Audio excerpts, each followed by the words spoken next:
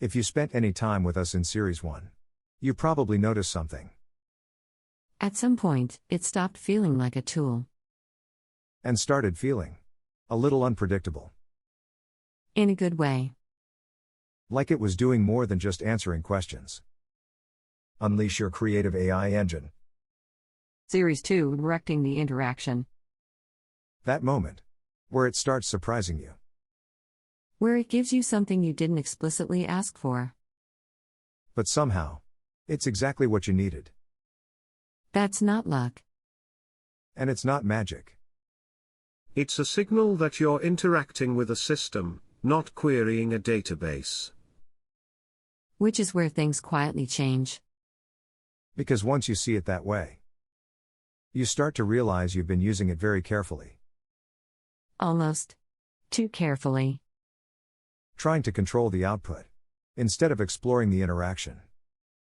Optimizing prompts instead of shaping trajectories.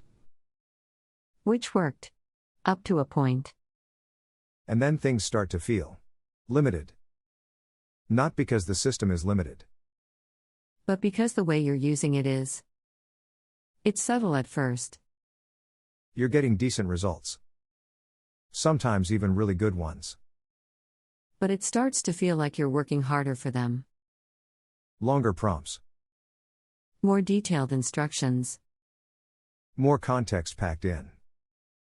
You're increasing constraint density in an attempt to stabilize output. Which feels like progress. Because you're getting more precise. More structured. More intentional. But you're still operating within the same interaction model. You haven't changed how you're working with it. You've just gotten better at doing the same thing. And that's where the ceiling shows up. Because no matter how much more effort you put in, the results don't really change that much. And that creates a very specific kind of frustration. Because it's not clearly broken. It's just not going anywhere new. And that's the signal. The signal of what? That you're not hitting the limit of the system. You're hitting the limit of how you're using it. So it's not about effort.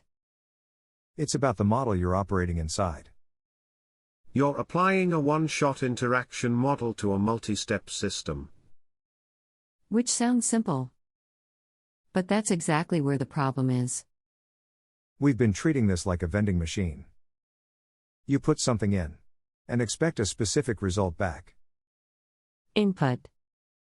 Black box. Output. If it's not right, you adjust the input. And repeat the cycle. Which is exactly what we've been doing. And it works. Just enough to keep you there. Because the feedback feels meaningful. But nothing about the interaction itself is evolving. You're not changing how you work with it. You're just getting better at pressing the button. That's painfully accurate. And once you see that, the ceiling makes sense. So if that model is wrong, what replaces it? Something much closer to a conversation. But with direction.